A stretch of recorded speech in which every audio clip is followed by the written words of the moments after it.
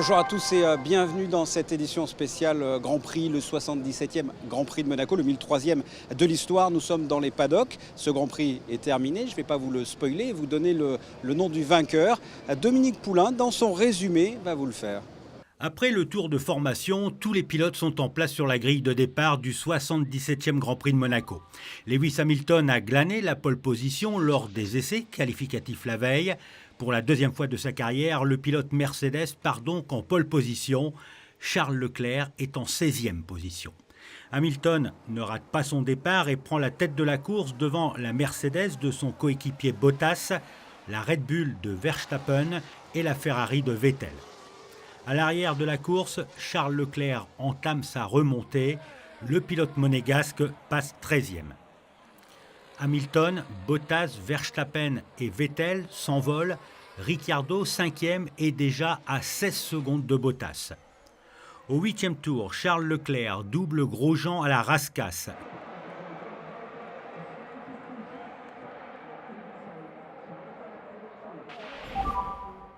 Dans le tour suivant, le pilote Ferrari tape le rail de sécurité en voulant prendre le dessus sur la Renault d'Hülkenberg.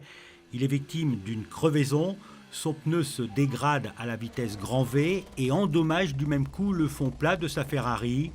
Il y a des débris sur la piste, la voiture de sécurité intervient pour permettre au commissaire de déblayer la piste.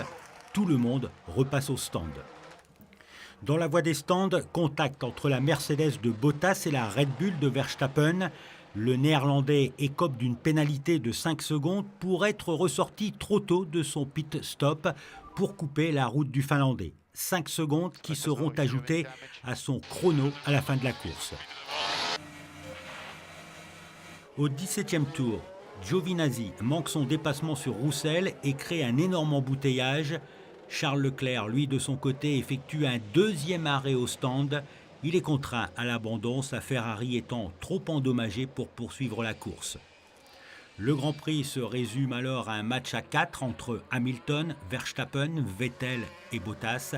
Gasly, 5e, est à 18 secondes de Bottas. Hamilton semble être en difficulté depuis quelques tours, il y a du graining sur ses pneus. Le leader est sous pression, il ne cesse d'envoyer des messages radio à son équipe. Il avoue lutter avec ses pneumatiques et le fait savoir à son team qui refuse de le faire rentrer et lui demande de continuer. Verstappen essaie tout ce qui est en son pouvoir pour mettre la pression sur Hamilton. Il tente l'extérieur, mais Hamilton lui ferme la porte. Les deux monoplaces se touchent. Hamilton garde son avantage. Le Britannique tient bon. Il résiste à Verstappen malgré des gommes usées et s'impose dans les rues de la Principauté pour la 3e fois de sa carrière après ses succès en 2008 et 2016. Verstappen franchit la ligne d'arrivée en 2e position, mais sa pénalité de 5 secondes le fait sortir du podium.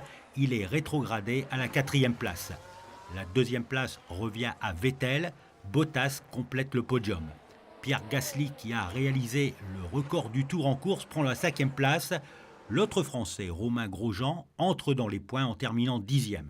Lewis Hamilton signe sa 4e victoire de la saison en 6 courses, la 77e de sa carrière.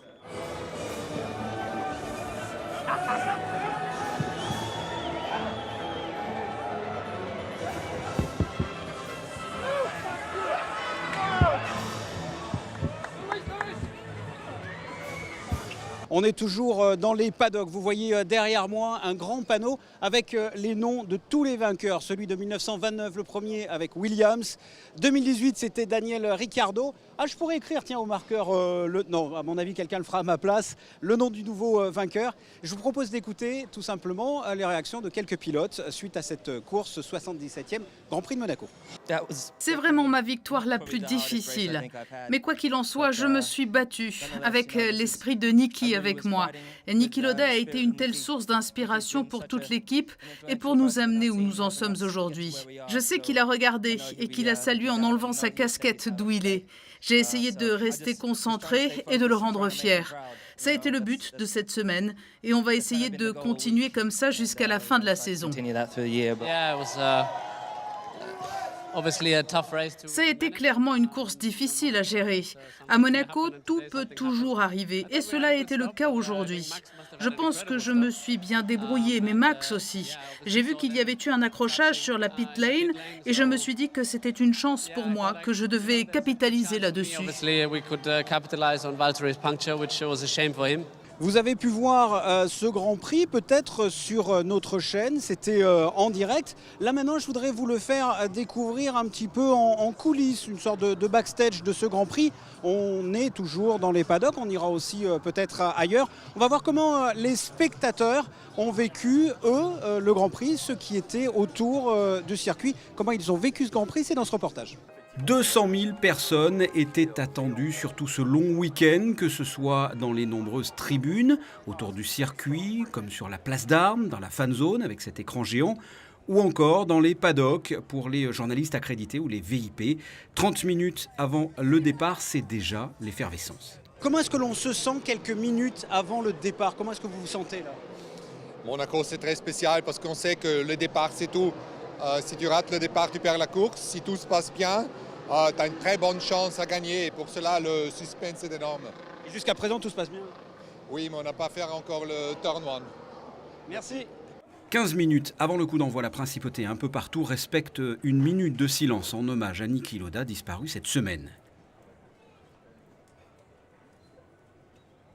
Départ du Grand Prix du côté de la fan zone. Les spectateurs sont attentifs et certains attendent la pluie qui est annoncée. Moi j'attends beaucoup d'action parce que le Grand Prix de Monaco est connu pour avoir peu d'action, peu de dépassement. Et avec la pluie, je pense que ça va un peu changer ce qu'on voit d'habitude.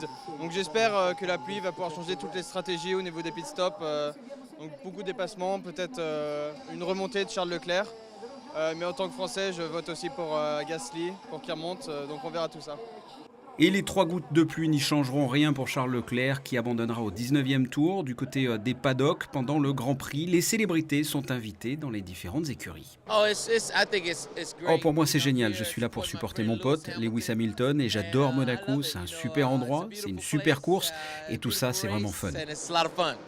Nous sommes au 56e tour sur 78. Charles Leclerc rentre forcément déçu dans le motorhome Ferrari. La suite de la course, vous la connaissez. Le podium, Hamilton, Vettel et Bottas en 3e position. Voilà ce que l'on pouvait dire de cette 77e édition du Grand Prix de Monaco. Si la compétition, elle est terminée, le Grand Prix, lui, n'est pas tout à fait fini. Il y a les traditionnelles fêtes un peu partout dans Monaco. Et c'est aussi ça le Grand Prix. À très bientôt. Au revoir.